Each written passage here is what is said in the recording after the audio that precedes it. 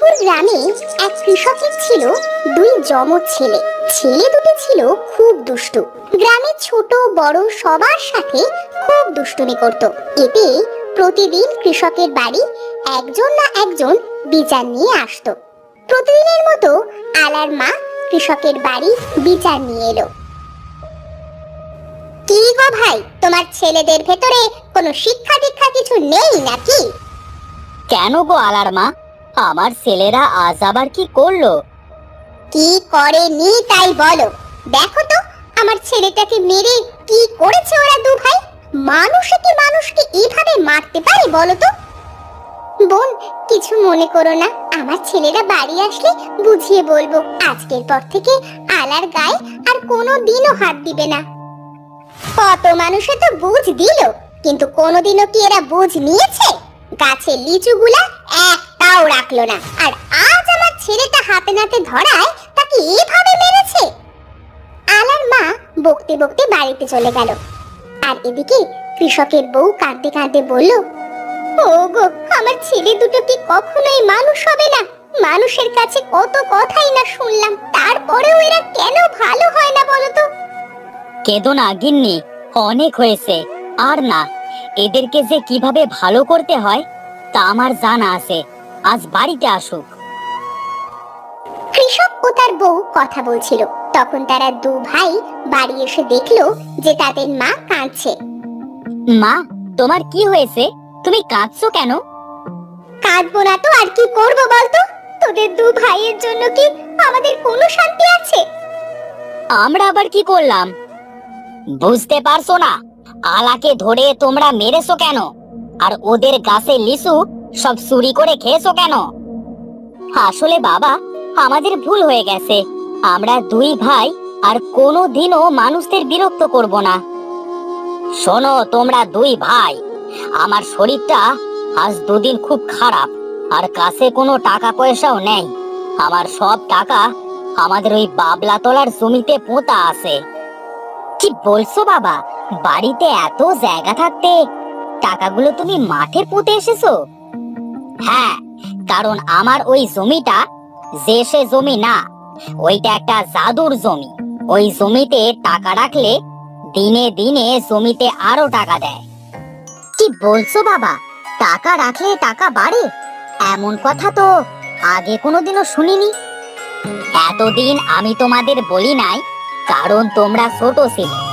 এখন বড় হয়েছো, আর তাছাড়া আমার মনে হলো কথাটা তোমাদের এখন বলা উচিত, তাই বলেছি। তাহলে এখন আমরা কি করব বাবা? আমি চাই তোরা দুই ভাই জমিটা খুঁড়ে টাকাগুলো উঠিয়ে নিয়ে আয়। সত্যি বলছো বাবা? তুমি কোনো চিন্তা করো না, আমরা দুই ভাই এক্ষুনি যাচ্ছি আর টাকাগুলো নিয়ে আসছি। তারা দু ভাই মাঠের উদ্দেশ্যে রওনা দিল।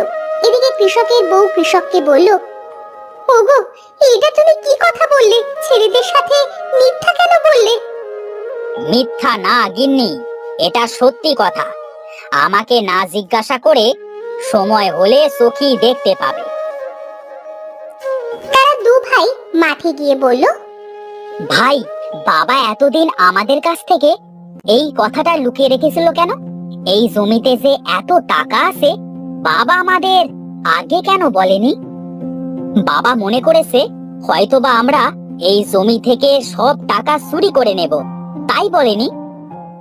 বাবা তো জানে না যে আমরা কত বড় বাটপার।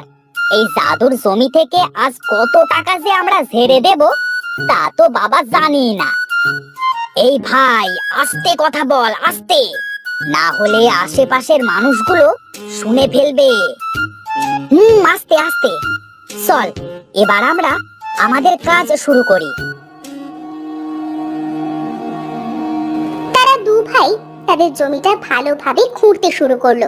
সারা দিন ধরে জমিটা খুঁড়ে যখন কোনো টাকাই পেল না, তখন ক্লান্ত শরীরে বাড়ি ফিরে তার বাবাকে বলল,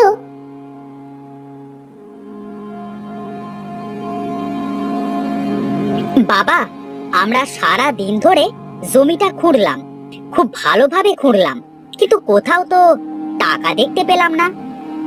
হ্যাঁ বাবা, তুমি কি আমাদের মিথ্যে বলেছো? শোনো গিন্নি, আমার ছেলেদের কথা শোনো। আরে পাগল, তোদের বাবা কি মিথ্যে বলতে পারে? বয়স হয়েছে, তাই হয়তো মনে রাখতে পারি না। মানে কি? তাহলে সারাদিন কি আমাদের এই পরিশ্রমটা বৃথা গেল? বৃথা কেন যাবে? টাকা তো ওই জমিতে নেই, আমাদের বাড়ির পাশে এই জমিটায় আছে। আমি তো কতদিন ও টাকা ওঠাইনি, সব জমা করে রেখেছি তোদের জন্য, যেন তোরা বড় হয়ে বেশি করে টাকা পাস, আর সেই টাকা দিয়ে ভালো একটা কাজ করতে পারিস। বাবা, আমাদের এই জমিটা তো ফেলনাই থাকে, তোমার হয়তো ভুল হয়েছে, টাকা আমাদের এই জমিতেই আছে। হ্যাঁ বাবা, তবে শোন, জমিটা এবার কিন্তু বেশি করে খুঁড়িস, ঠিক একটা পুকুর যতটুকু গভীর হয়, না হলে কিন্তু টাকা পাবি না। আচ্ছা বাবা, আমরা যাচ্ছি।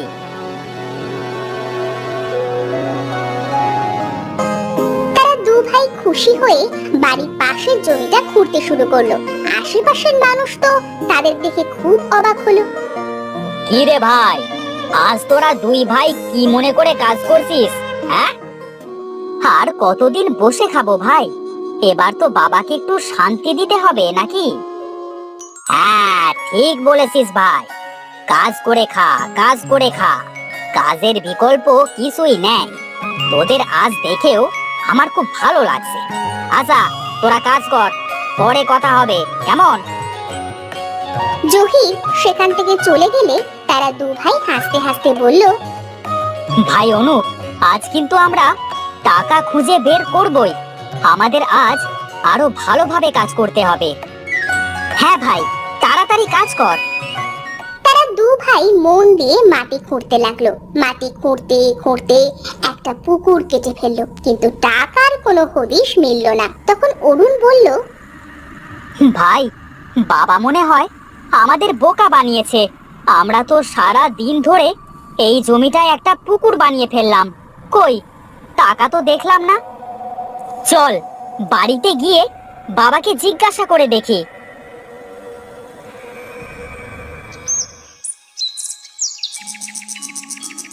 তারা দু ভাই আজ মন খারাপ করে বাড়িতে গেল। তাদের দু ভাইয়ের মন খারাপ দেখে তাদের বাবা বলল, কি হলো তোমাদের দুই ভাইয়ের আজ মন খারাপ কেন? কি হয়েছে তোমাদের?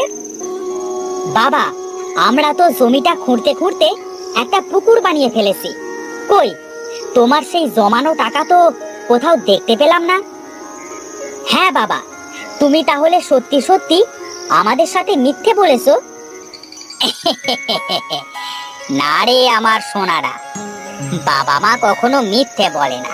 তোরা বাবলা তলার জমিটায় কাল শস্য রোপণ করবি, আর এই পুকুরে কাল পানি দিয়ে মাছ ছাড়বি। তাহলে কি হবে বাবা? আমরা কি টাকা পাবো নাকি? হ্যাঁ, পাবি তো। তোরা এক ভাই মাঠ দেখাশোনা করবি, আর এক ভাই পুকুর দেখাশোনা করবি।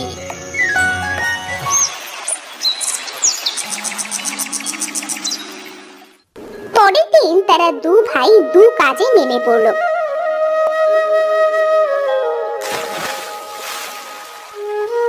দেখতে দেখতে অরুণের ক্ষেতের ফসল পেকে গেল, আর এদিকে অনুপের পুকুরের মাছও বড় হয়ে গেল। তারা দু ভাই অনেক টাকার শস্য ও মাছ বিক্রি করলো।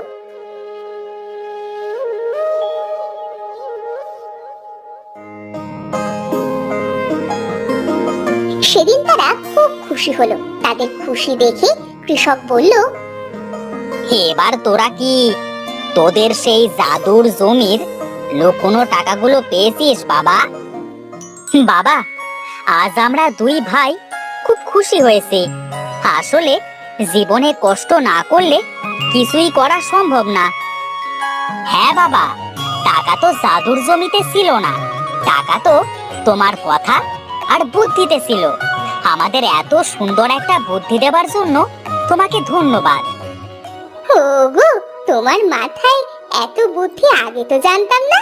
তোমার বুদ্ধি দিয়ে আমার ছেলে দুটোকে ভালো করলে আজ যে আমার খুব খুশি লাগছে গো। গিন্নি, সন্তান যদি খারাপ হয়ে যায় তবে তাকে বকাঝকা করে নয়, বুদ্ধি দিয়ে খারাপ পথ থেকে ফিরিয়ে আনতে হয়। আর আমি সেই কাজটাই করেছি। বাবা, তোমার দুই ছেলেকে নিয়ে আর চিন্তা করতে হবে না। এখন থেকে আমরা আর কারোর সাথে দুষ্টুমি করব না, সব সময় কাজ করব আর তোমার জাদুর জমি থেকে টাকা রোজগার করব।